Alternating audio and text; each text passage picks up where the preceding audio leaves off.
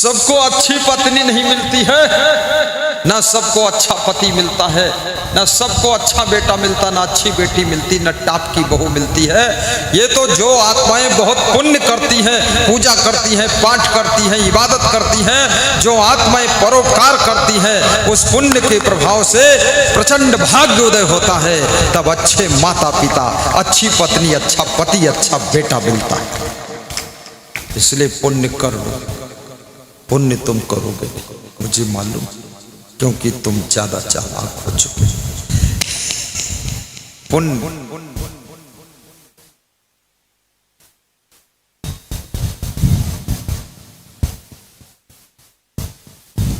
भोजन खिलाने से भी बहुत पुण्य होता। किस्मत जग जाए। तो मित्र किसी होटल में नाश्ता कर रहे थे। फटे चिथड़े पुराने कपड़े पहनकर एक महिला होटल के सामने खड़ी थी, टुकुर टुकुर देख रही थी। दोनों मित्र समोसा जलेबी खा रहे थे। एक मित्र के मन में इच्छा हुई, इस बूढ़ी स्त्री को भी कुछ दे दो। समोसा जलेबी पोहा उस स्त्री के पास भेजवाई।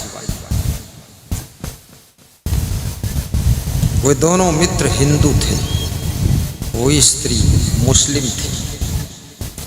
वहीं पर बैठ गई और खाने लगी। तो एक कुर्सी भेजवाया, इसको कुर्सी बिठाओ। तो दूसरा मित्र बोला, तुम भी यार लफड़े फंसे रहते फालतू, उस बुढ़िया के चक्कर।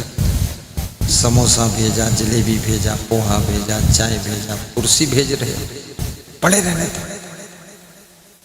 बोले मेरा मन नहीं मानता है।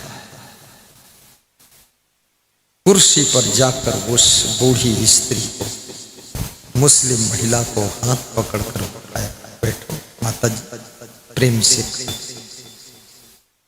उसने प्रेम से खाया। खाने के बाद वो महिला मुस्कुराती और उसने कहा, बेटा तुम कहाँ रहते? मेरा घर इसी शहर में। तेरे माँ बाप हैं? मेरी माँ मर चुकी है।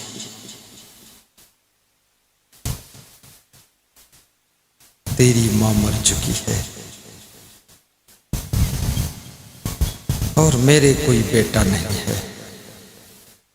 मैं अकेली हूं। आज से तू मेरा बेटा है। तुम चलो अपना घर देख लो, प्रॉपर्टी देख लो। उसको बड़ा अजीब लगा कि 10 मिनट के मिलन में इतना भाव बढ़ गया। मैं यहां नाश्ता करने नहीं आई हूं, मैं तो बेटा ढूंढने निकली हूं कि मुझे बेटे के गुण किस में मिलेंगे जिसको मैं बेटा मान लूं। मैं 10 साल से बेटा ढूंढ रही हूं। तुम्हारे भीतर हमको बेटा के गुण दिखाई दिए, लक्षण दिखाई दिए। चलो, मेरा घर अब तेरा घर है, मेरी जमीन तेरी जमीन है।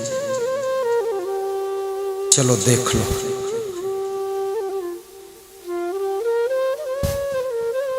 वो नवयुवक अपने मित्र के साथ देखने गया। शहर में इतना बड़ा मकान था जिसमें 140 कमरे थे, सब किराए पर चल रहे। 2 कमरे उस बूढ़ी स्त्री के पास थे। उसने कहा, ये मकान मैं तुझे लिख दूंगी, 50 एकड़ जमीन है वो भी लिख दूंगी, एक कार खड़ी है भी लिख दूंगी। मुझे मेरा बेटा मिल गया। भले ही मेरी कोख से पैदा नहीं हुआ है, लेकिन जिस बेटे को कोख से पैदा किया जाता है शायद उसमें भी इतना प्रेम नहीं होगा जितना तेरे अंदर प्रेम है। ऐसा कह करके वो बूढ़िया डोकरी मुस्लिम महिला गले में लिपट कर रोने लगी। वो नौयुवक भी रोने लगा। उसने कहा, तुमको यदि बेटा मिल गया तो हमको मेरी बिछड़ी हुई माँ मिल गई। मेरी माँ बचपन में मर गई थी, लेकिन अब मैं 30 साल को हो गया तब मेरी माँ मिली। वो लौट करके नवयुवक घर वापस नहीं गया।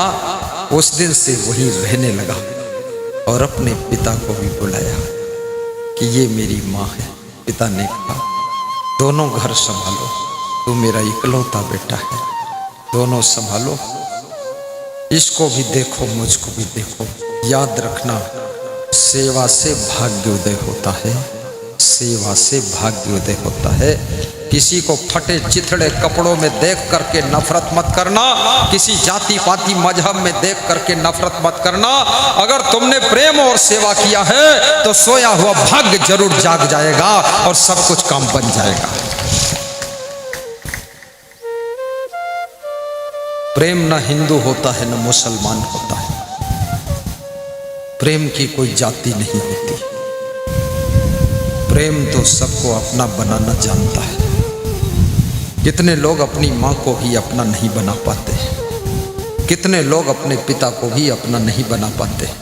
मूडी डूडी बने रहते हैं, मनमानी करते रहते हैं, पिता को भी आंख दिखाते रहते हैं और माँ से भी चिकाझोरी करते हैं। याद रखना, अपना बनाने वालों का ही भाग्योदय होता है। जो अपना बनाना जानते हैं उन्हीं के जीवन में सुख बरसता है, शांति बरसती है। जो अपनों को भी अपना नहीं बना पाते हैं वह जिंदगी भर दुखी रहते हैं, उनको कभी सुख नहीं मिलता। आज हजारों लोग यहाँ पर आए हुए, अपनापन है इसीलिए तो आए। ऐसी बरसात में मधुर मधुर नींद भी आती है, घर में सबका सोने का मन होता। अपनी मीठी नींद को त्याग कर मेरे को भी नींद आ रही थी। मैं पदरौनी गया था, गांव का नाम भूल गया। राजवीर क्या नाम था गांव? कितुआहा, कितुआहा, आहा हा हा, कितुआहा, कितुआहा श्रीमती माला देवी का मायका था। इनके माता पिता ने बहुत सेवा किया, बच्चों ने भी सेवा किया। 4-5 प्रकार की सब्जी खिलाई। मैंने कहा था कि 2 सब्जी बना देना, 4-5 बना, पराठा बना दी, खीर बना दी, सेवई बना दी, काजू किशमिश ड्राई फ्रूट। देख करके ही मन भर, थोड़ा थोड़ा चखा तो पेट भर गया। जब लौट कर आया मन में इच्छा हुई आराम करूं, थोड़ा आराम किया, लेकिन मन में भाव था तुम लोग आ रहे होगे तो मुझे आना चाहिए। यहाँ आया, यहाँ देखा पंडाल ही गायब है, केवल लोहा का पाइप है। मन को झटका लगा। अपने प्रबंधक को देखा तो कीचड़ में खड़ा है। मैंने सोचा बोलना ठीक नहीं कुछ। मैंने कहा यहाँ एक चांदनी लगा दो, थोड़ा सूरज की दिपत न मारे, व्यवस्था। लेकिन बादलों ने पंडाल लगा दिया। ऐसा पंडाल तो कहीं बिरले लगता है जिसमें न कपड़ा है न कोई लफड़ा है। इंद्रदेव ने बादलों का पंडाल लगा दिया है। भाग्यशाली है हम और तुम, कोई नहीं गम, कितना आंधी आए तूफान, बादलों का पंडाल लगा हुआ है। न कुछ भीगना है न कुछ। जब बरसने लग जाए पानी, तुम सब व्यास गादी के नीचे घुस जाना। इसके नीचे 200 लोग घुस सकते हैं, नीचे सब नौकर घुस जाते हैं। मैं तो कभी घुसा नहीं। मुझे डर लगता है कि मैं घुसूं और मेरे से पहले सांप घुस के बैठा हो तो मेरी अच्छी सेवा कर देगा, इसलिए मैं नहीं घुसता। प्रेम और सेवा से भाग्य उदय होता है। 50 एकड़ जमीन का मालिक,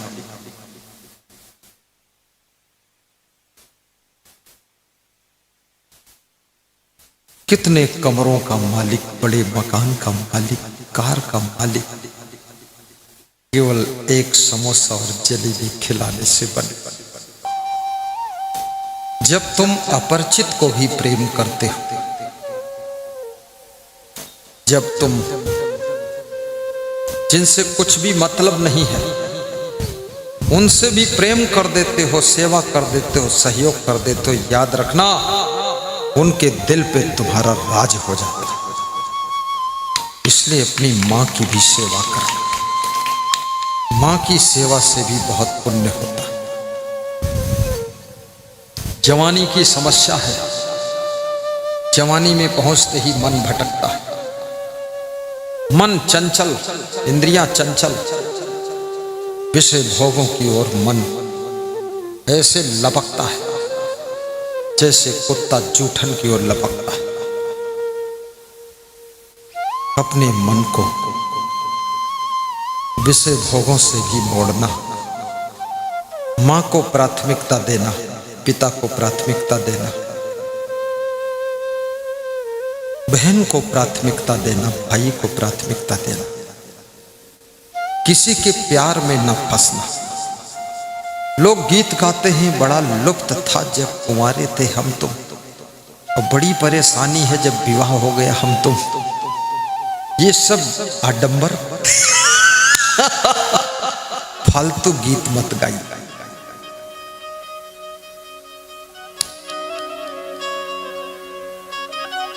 तुम्हारा उपकार तुम्हारी मां ने बहुत किया। तुम्हारे पिताजी तुम्हारी चिंता करते रहते हैं,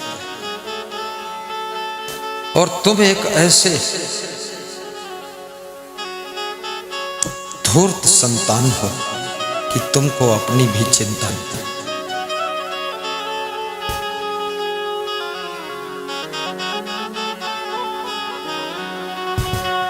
मां को पीड़ा मत पहुंचाना, मां को हंसाना। तुमने मां को 24 घंटे में कितनी बार हंसाया। अपने गुरु को भी हंसाना, अपने पिताजी को हंसाना।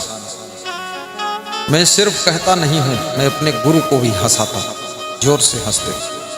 मेरा गुरु बड़ी मुश्किल से हंसता था, मैं बहुत गहरा इंजेक्शन मारता था तब हंसते, और इतना हंसते थे कपड़ा मुंह में लगा। मैंने कहा कपड़ा क्यों लगा रहे मुंह में? बोले जोर से हंसी आ गई, तुमने हंसाया है। हमने कहा कपड़ा हटाओ, मुंह देखो। मैं और हंसते थे, मजा आता। मैं प्रवचन करता था, मेरी माँ सुनने के लिए आती थी, वो भी धोती ऐसे लगा के हंसती थी। फिर यहाँ दान देने जब आती थी, मैं कहता था आनंद आया? बोले हंसाते बहुत हो, तुम भी हंसते बहुत। मैंने कहा हंसने हंसाने के लिए ही तुम जैसी माँ ने हमको जन्म दिया है। तुम्हारा नाम पार्वती देवी है, मैं सबको पार करूंगा।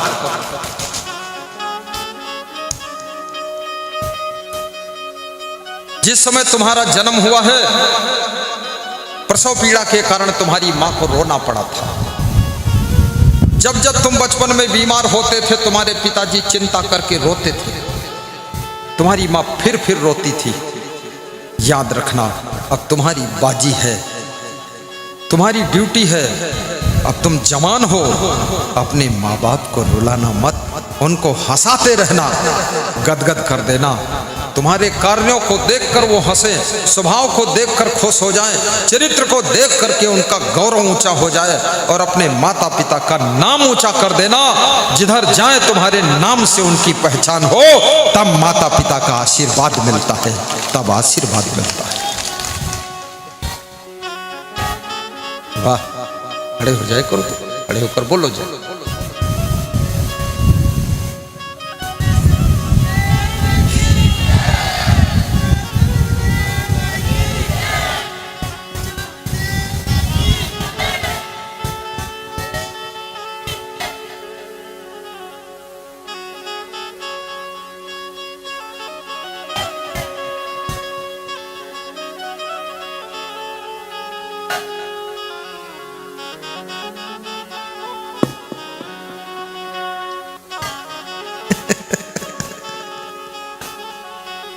हंसते रहो ये जिंदगी बेकार न हो जाए, बेकार न हो जाए।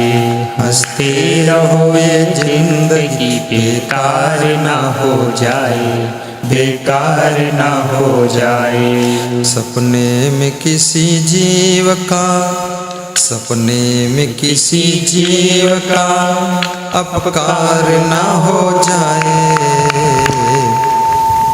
हंसते रहो ये जिंदगी बेकार न हो जाए, बेकार न हो जाए। हंसते रहो ये जिंदगी बेकार न हो जाए, बेकार न हो जाए।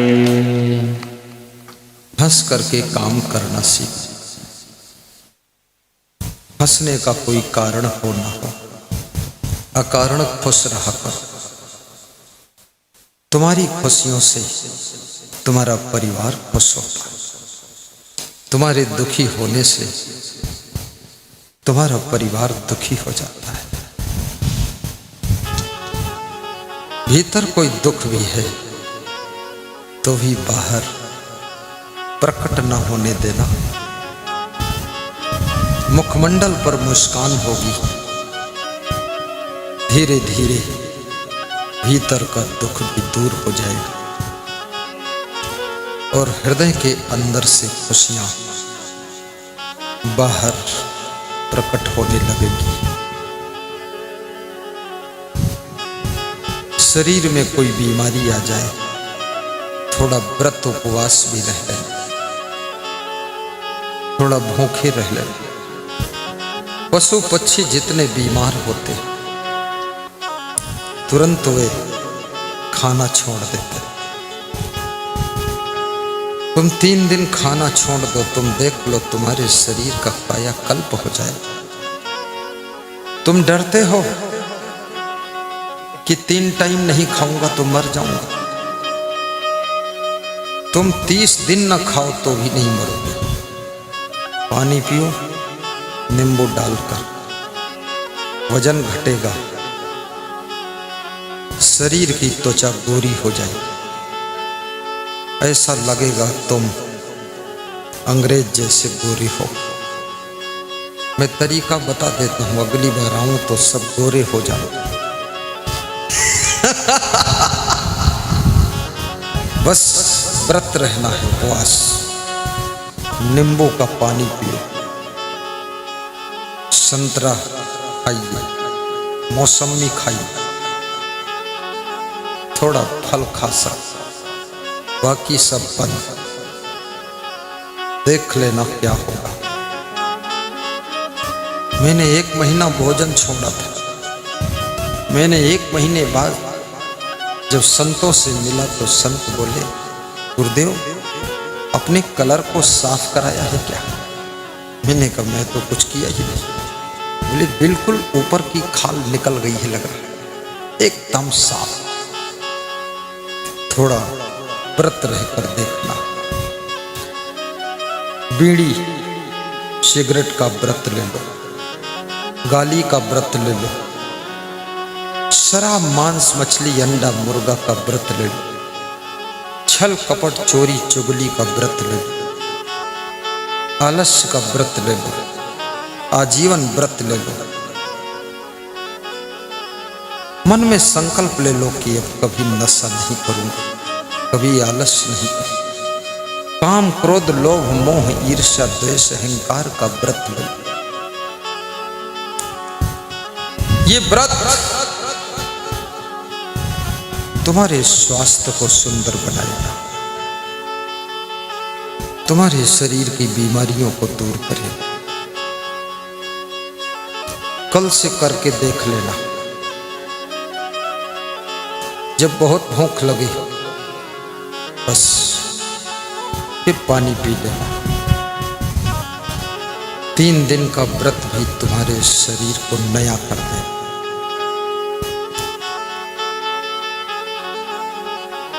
नित्य संकल्प बना लेना कि जोर से हंसना।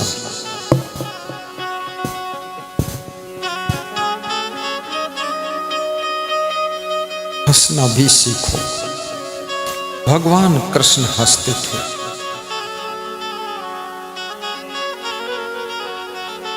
कृष्ण के जीवन में जितनी समस्याएं थी, संघर्ष थे, तुम्हारे जीवन में उसके 1% भी नहीं।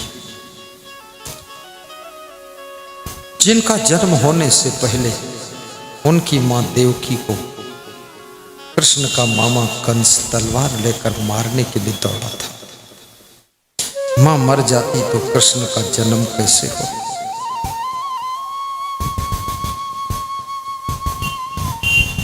कृष्ण को जेल में जन्म लेना पड़ा। जन्म लेते ही वर्षा ऋतु की बाढ़ में कृष्ण भगवान को डलिया में लिटाकर उनके पिताजी नंद गांव में पहुंचाते हैं, यमुना पार करते। कितना खतरा था, कहीं फिसल जाते, बच्चा डूब जाता।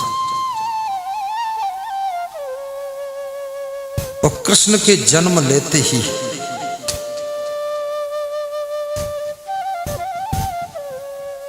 जेल के जितने भी कर्मचारी थे सब सो गए थे।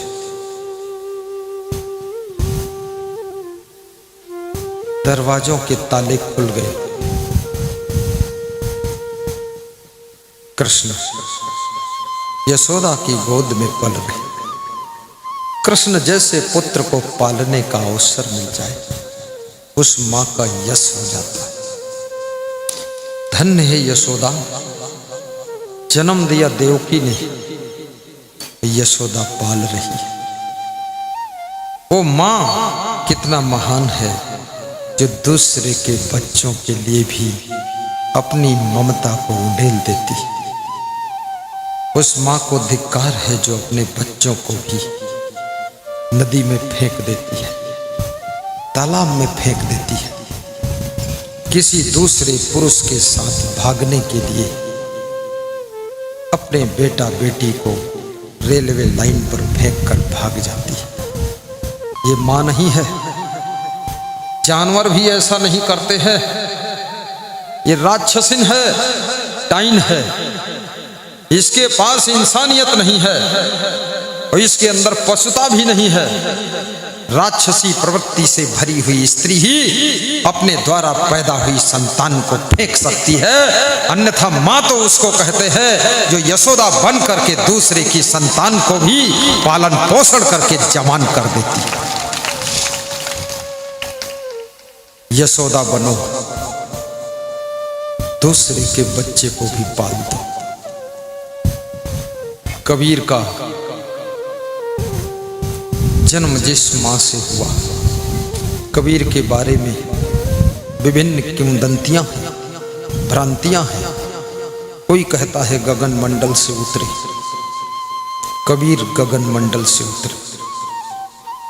कबीर पंथी गगन मंडल से नहीं उतर, केवल कबीर उतरे, उसके बाद सीढ़ी हटा दिया, ये कोई नहीं उतरेगा।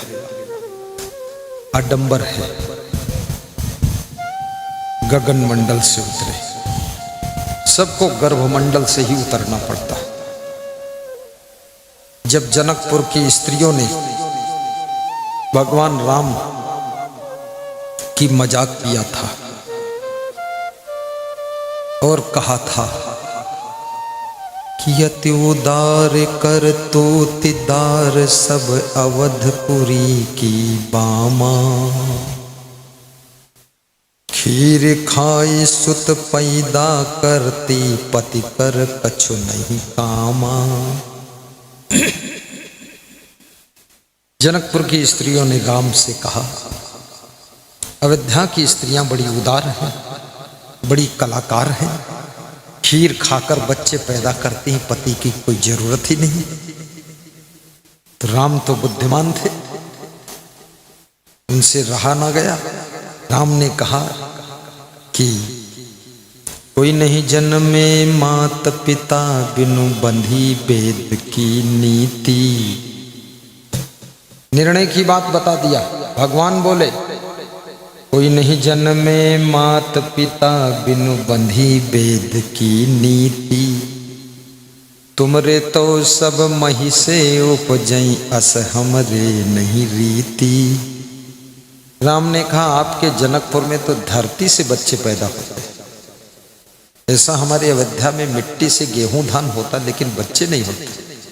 धन्य है तुम्हारी गजब की धरती है, इसमें तो पत्नी की भी जरूरत नहीं।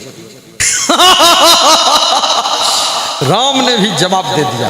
अरे अयोध्या का रहने वाला राम तार्किक था, मनोरंजन की बातें थी, रिश्ता जुड़ चुका है, मनोरंजन कर रहे थे कि हमारे अयोध्या में खीर खाकर स्त्रियां पैदा करती बच्चे, पति का काम नहीं है। और तुम्हारे जनकपुर में तो पत्नी का भी काम नहीं, यहाँ तो धरती से बच्चे पैदा होते हैं, क्योंकि सीता जी का जन्म धरती से हुआ था। राजा जनक और जनक की पत्नी सुनैना खेत जोत रहे थे, उसी में एक घड़ा निकला, उस घड़े में सीता का जन्म हुआ था, इसलिए सीता को धरती पुत्री कहा गया। न पति की जरूरत न पत्नी की जरूरत। अभी किसान लोग खूब जोतते हैं, उसमें माटी निकलती, पत्थर निकलता, रोड़ा निकलता है, ऐसा घड़ा निकलता नहीं जिसमें सीता जी निकल पड़े। और खीर भी खूब खा रहे लोग, एक चूहिया नहीं पैदा हो रही।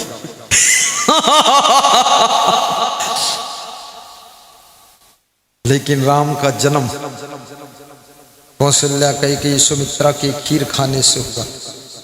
पर राम स्वयं कह रहे हैं, कोई नहीं जन्मे मात पिता बिनु बंधी वेद की नीति। तुमरे तो सब मही से उपजई अस हमरे नहीं रीति। कुछ लोगों का कहना है कबीर का जन्म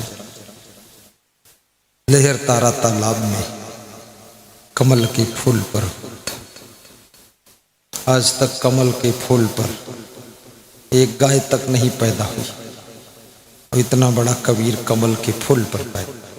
झूठ बोले तो उसका अंत क्या रखे। कुछ लोगों का कहना है कबीर साहब विधवा ब्राह्मणी से पैदा हुए थे, लोक लाज बस वो ब्राह्मणी ने इनको लहर तारा तालाब के किनारे छोड़ दिया।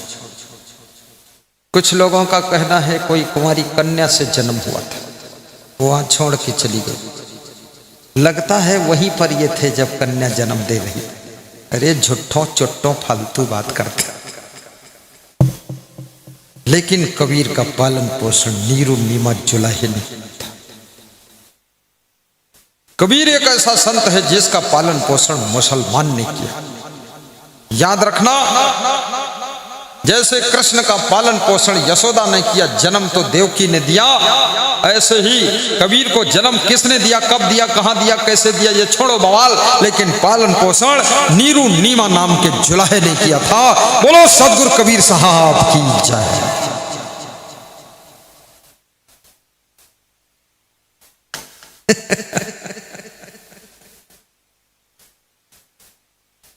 जन्म देने वाली मां भी पूजनी है, पालन पोषण करने वाली मां भी वंदनीय है। मां को अपना हृदय बहुत विशाल बनाना चाहिए।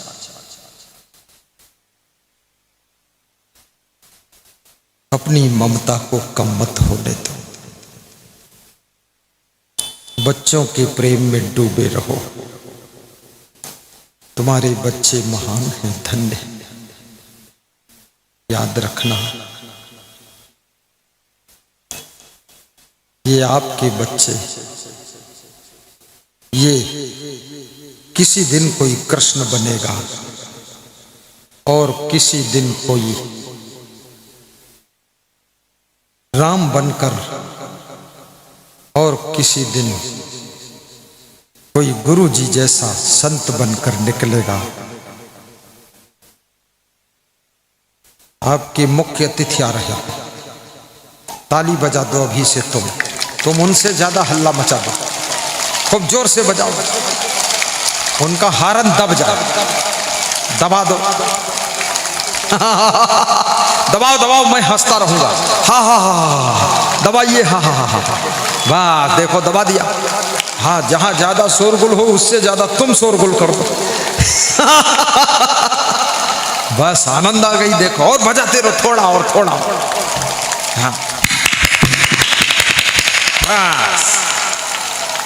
बोलो सदगुरु कबीर साहब की, परमहंस में ही जी महाराज की, क्षमादेव महाराज की, आज के आनंद की। साहेब बंद भी। सब बैठ जाओ। जय हो जय हो जय हो। कभी राम बन के कभी श्याम बन के चले आना प्रभु जी चले आना। कभी राम बन के कभी राम बन के कभी श्याम बन के चले आना प्रभु जी चले आना। तुम राम रूप में आना, तुम राम रूप में आना। सीता साथ लेके धनुष हाथ लेके चले आना प्रभु जी चले आना। कभी राम बन के कभी श्याम बन के चले आना प्रभु जी चले। तिलक सेवा चल रही है, आरती का दर्शन भी चल रहा है। प्रेम से सत्संग सुनते रहिए, तिलक लगवाते रहिए और राम सेवा नहीं क्या बोलते हैं, आरती का दर्शन करते रहिए और आरती की थाल में दक्षिणा भी समर्पित करते रहिए। मैं भूल गया राम। कभी राम बन के कभी श्याम बन के चले आना प्रभु जी चले आना। तुम कृष्ण रूप में आना, तुम कृष्ण रूप में आना। राधा साथ लेके मुरली हाथ लेके चले आना प्रभु जी चले आना। कभी राम बन के कभी श्याम बन के चले आना प्रभु जी चले आना। तुम कबीर रूप में आना, तुम कबीर रूप में आना। ज्ञान साथ लेके ध्यान साथ लेके चले आना प्रभु जी चले आना। सुख करता बन के दुख हरता बन के चले आना प्रभु जी चले आना। चले आना प्रभु जी चले आना। तुम राम रूप में आना, तुम राम रूप में आना। सीता साथ लेके धनुष हाथ लेके चले आना प्रभु जी चले आना। सुख करता बन के दुख हरता बन के चले आना प्रभु जी चले आना। बोलिए श्री सद्गुरु भगवान की जय हो।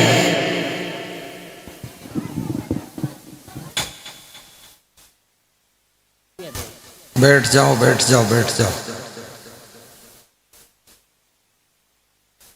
महान भक्त श्री नरेंद्र नारायण जी का आगमन हो चुका है। मैं उनसे कहूंगा पीछे मुड़कर थोड़ा भक्तों को प्रणाम कर लें। ताली बजा दो।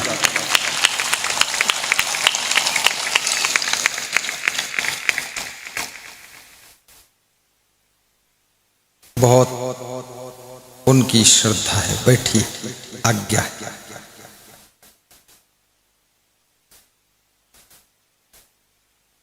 बहुत दूर से पटना से आए,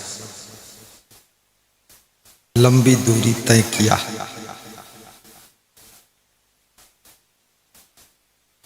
बहुत प्रेम है उनका, बहुत बड़ी श्रद्धा है। याद रखना, सत्संगी बनकर आए और जब से वे राजनीति कर रहे तब से कभी कोई चुनाव हारा नहीं। उनके क्षेत्र के लोग कहते हैं वे खाली चुनाव में खड़े हो जाएं, फिर अपने घर में सुतले रहे तब वो जीत जाते। ऐसा सुंदर स्वभाव, सुंदर चरित्र और सुंदर व्यवहार और ईमानदारी, वफादारी, इसलिए उनको जनता के लोग दिल से चाहते। श्री नरेंद्र नारायण सिंह यादव, यही नाम है। उनका बेटा है आदित्य नारायण। खड़े हो, हाथ जोड़ो, सबको ताली बजा दो आदित्य के। बहुत सुंदर, बहुत सुंदर। सब श्रोताओं में उत्साह बढ़ चुका है। महिलाओं के अंदर भी कुतूहल पैदा हो गया। बच्चों में जिज्ञासा है कौन आया है। मेरे मन में भी बहुत खुशी हुई। मैं भी उनको देखना चाहता था, देख लिया, अच्छा लगा। साहिब बंदगी बोलो, साहिब। अब सत्संग शुभारंभ करूं।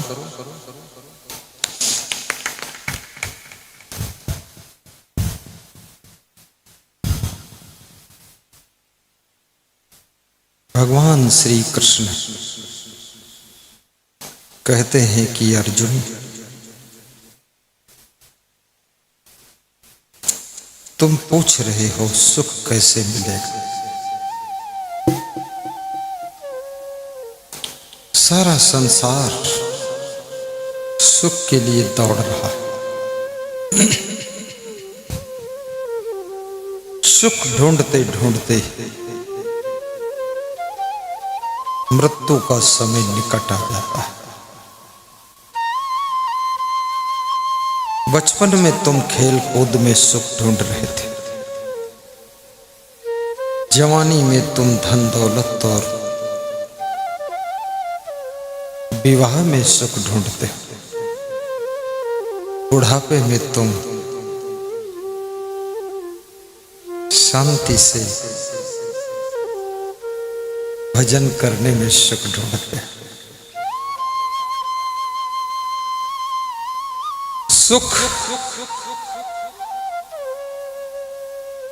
चाणक्य कहते हैं, न संतोषात् परम सुख,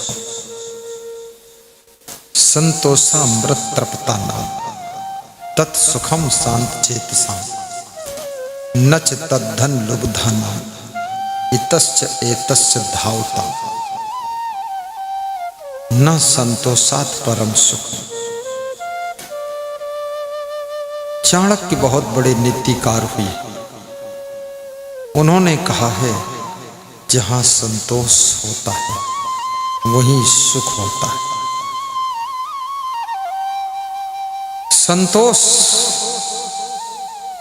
के बारे में कबीर साहिब भी कहते हैं, गोधन गजधन बाजधन और रतन धन खान, जब आवे संतोष धन सब धन धूरि समान।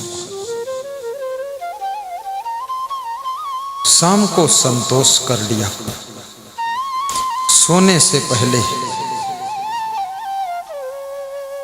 मन में संतोष भर लो और उसके बाद में सोइए। जब तुम संतोष अपने दिल में रख लेते हो तब तुम सोचना विचारना बंद कर देते हो और तुरंत नींद आ जाती। जो मिला है उसके लिए धन्यवाद दीजिए। जिसकी जरूरत है उसको पाने के लिए प्रयत्न कीजिए।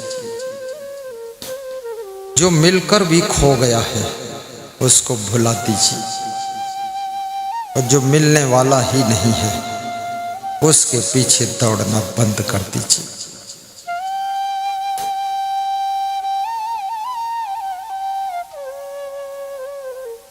तुम अपने मन को समझा सकते हो,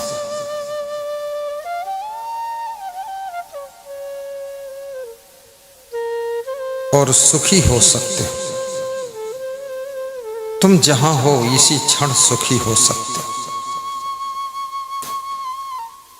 स्वयं के मन को संतोष से भर लीजिए, फिर सुख ही सुख। परंतु संतोष का अर्थ ये नहीं है कुछ काम न करो।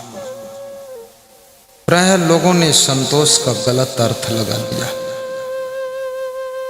लोग सोचते हैं कुछ काम न करना संतोष है। कुछ काम न करना संतोष नहीं है। कुछ काम न करना आलस्य है और अज्ञान है। काम करने में कसर न रखो। कर्म योग के पथ पर चलते रहो। बिजनेस, खेती, सर्विस, राजनीतिक क्षेत्र, सामाजिक सेवाएं करते रहो, करते रहो। फल की इच्छा मत करो। फल तो तुम्हारी सेवा फल दे देगी। तुम्हारा कर्म ही भाग्य को उदय कर देगा। तुम फल की चिंता क्यों करते हो? श्री कृष्ण कहते हैं कि फल कर्म देता है, भगवान नहीं देता है। फल मां बाप नहीं देते हैं, तुम्हारा कर्म देता है। तुम्हारा स्वभाव भी तुमको फल देता है, व्यवहार भी फल देता है, तुम्हारे गुण भी फल देते हैं, तुम्हारा सुंदर चरित्र भी फल देता है, और तुम्हारी मृदु वाणी भी तुमको फल देती है। कर्म तो फल देते ही है। तुम्हारे भीतर अगर बोलने की कला तो भी फल मिलेगा।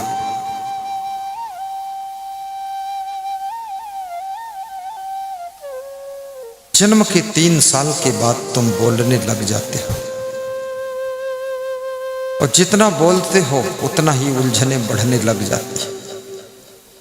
परंतु ये ज्ञान नहीं हो पाता है कहां क्या बोलना चाहिए।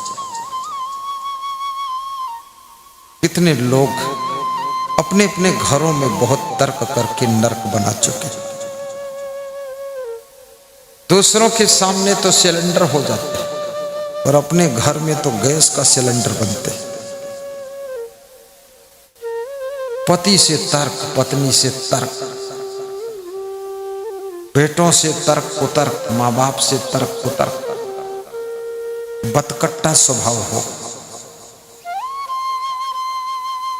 किसी की बातें काटने से भी तुम उसको जीत न सकोगे। यदि उसकी बात को तुम जिताओगे तो उसके दिल पर तुम्हारी जीत हो जाएगी, और उसके दिल में तुम्हारा स्थान बन जाएगा। मनुष्य की टांग कट जाए तो भी उतना दुख नहीं होता, जितना दुख तब होता है जब उसकी बात कट जाती है। इसलिए बतकट्टा भी मत बनो। बात काट कर भी क्या पाओगे? जिसकी तुम बातें काट दोगे वो आदमी तुमसे भी सदा के लिए कट जाएगा। बोलने से पहले सोच लो अंजाम क्या होगा। अपने पति के मनोबल को भी गिराओ मत। अपनी पत्नी की खुशियों को नष्ट मत करो। यदि तुम्हारे शराब पीने से तुम्हारी पत्नी दुखी होती है, आज ही शाम को जाकर शराब छोड़ दे। तुम्हारी पत्नी तुम्हारे आलस्य से दुखी होती है, अभी अभी आलस्य छोड़कर यहां से जाना। तुम्हारा पति यदि तुम्हारी जिद्दी स्वभाव से बहुत परेशानी में पड़ जाता है, आज से जिद्दी स्वभाव रद्दी स्वभाव छोड़ देना। तुम क्या नहीं त्याग कर सकते हो? आत्मा परम त्यागी है, शरीर को भी आत्मा त्याग देती है। जब तुम ठान लेते हो पूरे प्रदेश को त्याग करके चले जाते हो। इसलिए आप अपनी बुराइयों का त्याग कीजिए और घर को खुशियों का भंडार बना दीजिए।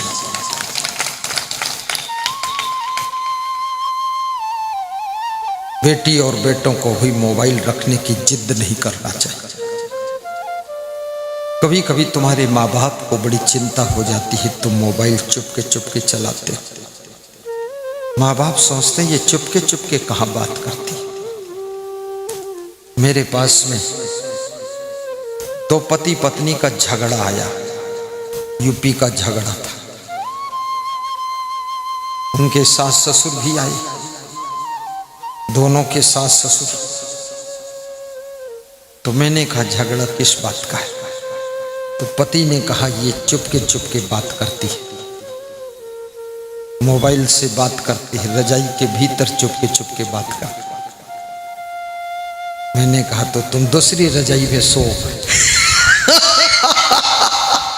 अरे बोले दूसरी में सोता हूं, तीसरी में सोता हूं, फिर भी हमको सुनाई देता ये किस बात करती, ये रात में 10 बजे क्यों बात करती, किससे बात करती? मुझे संदेह है ये किसी दूसरे से कनेक्शन जोड़ रही।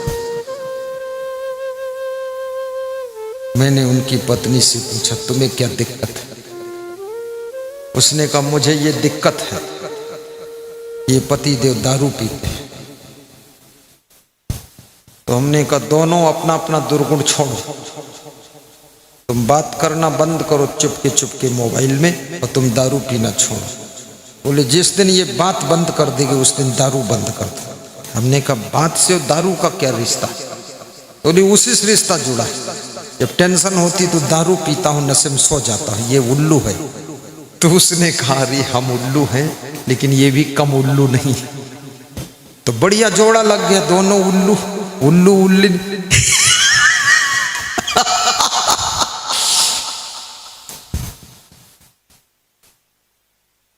अगर आपकी पत्नी को दुख हो रहा है, उस चीज का त्याग करो। पति को टेंशन हो रही है, उस आदत को त्याग करो।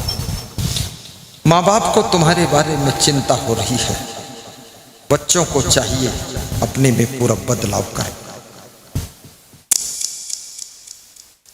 ताली फिर से बजा दो एक बार।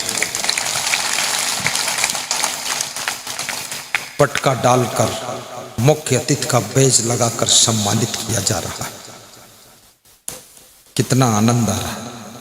श्री नरेंद्र नारायण जी गुरुदेव के परम भक्त हैं, कंठी माला भी पहना है, मंत्र भी सुना है, और विधानसभा उपाध्यक्ष। वे अपना पद कभी बताते ही नहीं, वे कहते हैं कि पद नहीं, हमको परम पद अब चाहिए।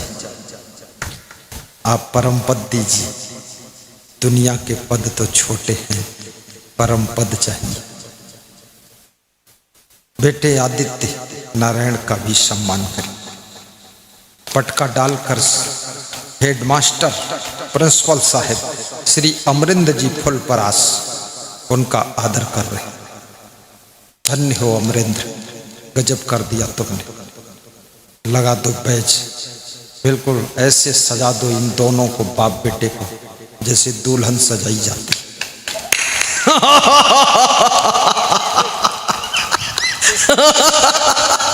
उनको भी हंसी आ गई।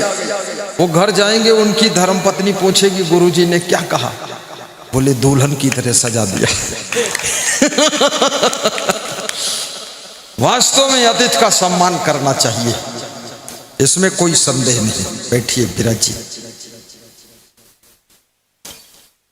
बार में बार सतगुरु दर्शन दीजो आबीने, बार में बार अभी 5 मिनट के बाद 10 मिनट के बाद श्री नरेंद्र नारायण जी 2 शब्द सुनाएंगे आपको। दर्शन दीजो आबीने प्रभु दर्शन दीजो आबीने बार में बार सतगुरु दर्शन दीजो आबीने बार में बार सतगुरु दर्शन दीजो आबीने।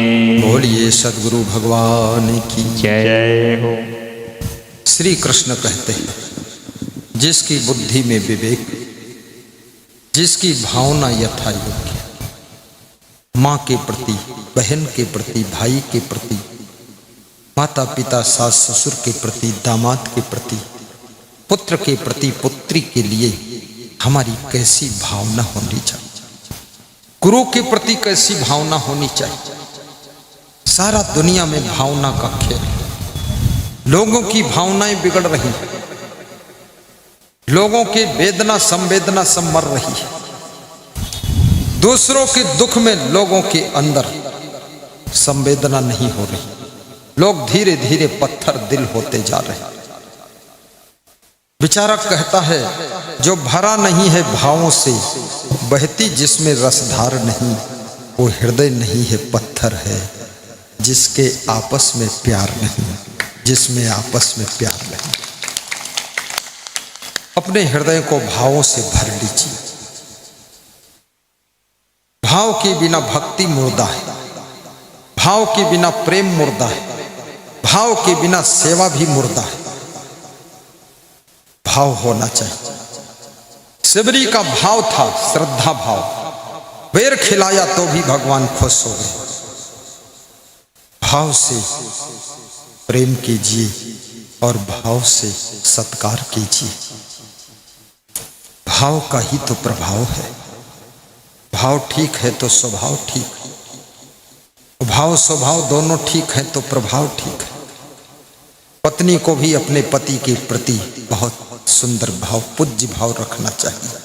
दुनिया कितना बदल जाए, याद रखना संसार कितना चेंज हो जाए, लेकिन भूख लगती है तो लोग भोजन ही खाते हैं। दुनिया कितना बदल जाए, लेकिन तुम अपने पति का आदर करना और पत्नी के दुखों को दूर करना, अपने घर को स्वर्ग बनाना, नशा व्यसन को छोड़ करके जिंदगी को धन्य बनाना।